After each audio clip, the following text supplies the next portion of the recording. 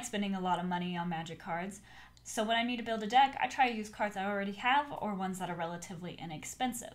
So this is a budget deck tech of the deck I'm currently running at Friday Night Magic. It's a red-white heroic deck, and I have a ton of fun playing this deck. It's not the greatest in the world, but I love it. It is awesome to play out these threats really fast and really quickly.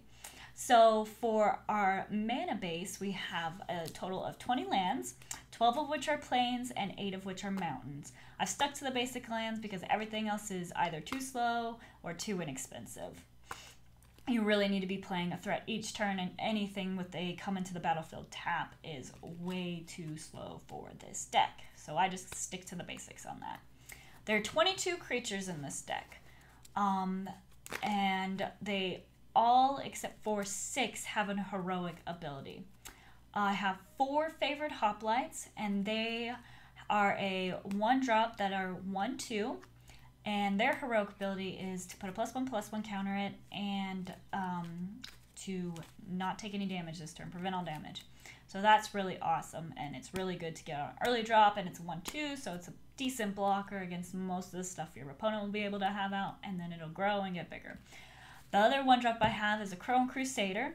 It is just a red 1/1, and its heroic ability is that when you trigger it, it puts a 1/1 red soldier token with haste onto the battlefield. That's really good because then you can use those tokens for chump blockers. You can use them to sacrifice to the Desecration Demon. It's just really good to spread out your tokens and spread out your threats, which is really awesome. I also include 4 Nyxborn Rollickers. Now, I normally don't use these as a 1-drop. I normally cast them for their bestow cost, because when you bestow them onto a creature, it triggers their heroic. And that also, on top of giving whatever the heroic ability, will give the creature a +1/+1, which is great. My 2-drops, I have 4 Phalanx Leaders. I love this card. It's only a 1/1, but its heroic ability is awesome. When it triggers, you get to put +1/+1 counter on each creature you control. It is fantastic. Everyone I've played with has to deal with these, otherwise it just is a washout. I love this card. I also include 4 Akroan Skyguards. They are just a 1/1 flying with the heroic ability to +1/+1 counter on it, and that's really good, especially when you play things that have a lot of ground threats and you are just able to fly over and get those points of damage and you need. I also include 2 Cavalry Pegasus. They're a 2-drop, 1/1, but they give all human creatures flying when they attack, which is great because everything else except for the red soldier tokens, and if you play a Nyxborn Rollicker as a 1-drop, they're all human, so everything will be able to fly on over and attack your opponent, which is fantastic. I have 18 spells in this deck, and they're all in there basically to trigger heroic. That is what they're all for. I include 4 God's Willing, which is awesome. It's only 1 mana, it triggers heroic, you gain protection from a color, or your creature gains protection from a color, and you get to scry 1, which is awesome. So you can either push land that you don't need, or if you do need land, you can get it back. It's a really good card. I like it in this deck. I also have 4 Coordinated Assaults. Now this gives 2 creatures +1/+1 and first strike. So not only it triggers 2 heroic abilities, which is great. You can play this on a Phalanx Leader and something else, and that something else will get 2 +1/+1 counters on it, plus the +1/+0 counter on it. It's a good card to trigger that, and it's only 1 mana, which is awesome. I also include 2 Martial Glories for the same reason.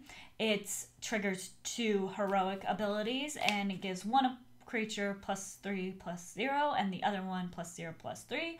So I can use it to block the creatures or whatnot, and still trigger that heroic, which is great. I also have 4 Boros Charms in here. Now, this was my splurge card. It's a lot more expensive than any of the other cards in my deck, but it works awesome in it. It can do one thing on the list, and it can either deal 4 damage to target player, which I don't usually use that one.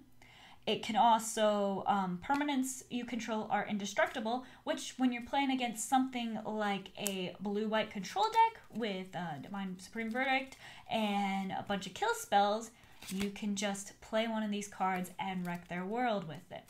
It also does trigger Heroic with this last ability, and that your target creature gets double strike until end of turn, and that will trigger Heroic ability. Nothing else on that card will.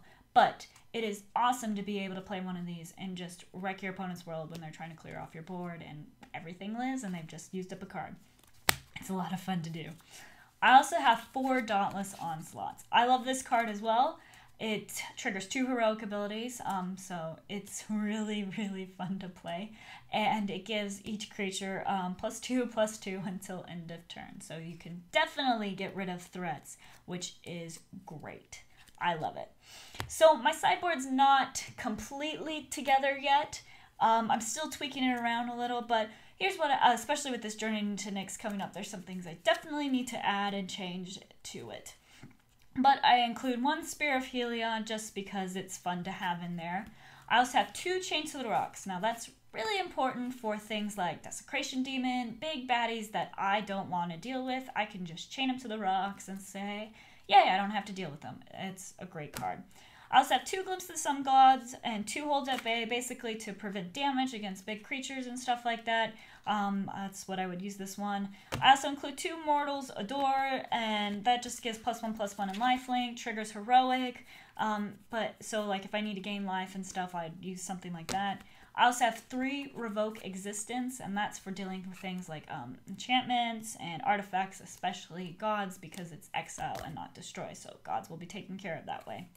And I also include 3 Brave the Elements, and that's also more protection from Supreme Verdicts and stuff like that, because it'll give all your white creatures protection from color of your choice until end of turn, which is really good against preventing things like Divine Supreme Verdicts and things like that to destroy your world. So that's my deck.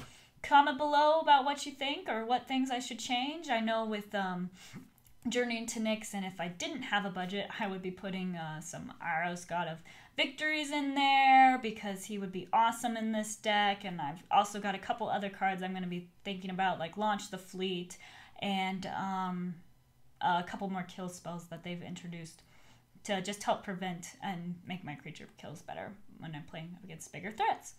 So comment below, like this video, and subscribe for more.